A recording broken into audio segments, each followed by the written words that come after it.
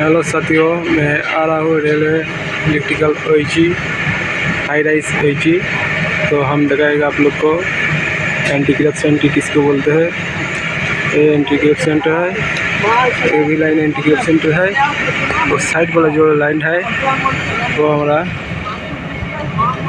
Anti crack centre है, वो भी हर लाइन में फर्स्ट सेकंड थर्ड मिडिल पे मेन लाइन। तो हमारा इसके बाद जो टर्मिनेशन जाए है F tee shot, F tee shot है उधर भी। वो हमारा BCM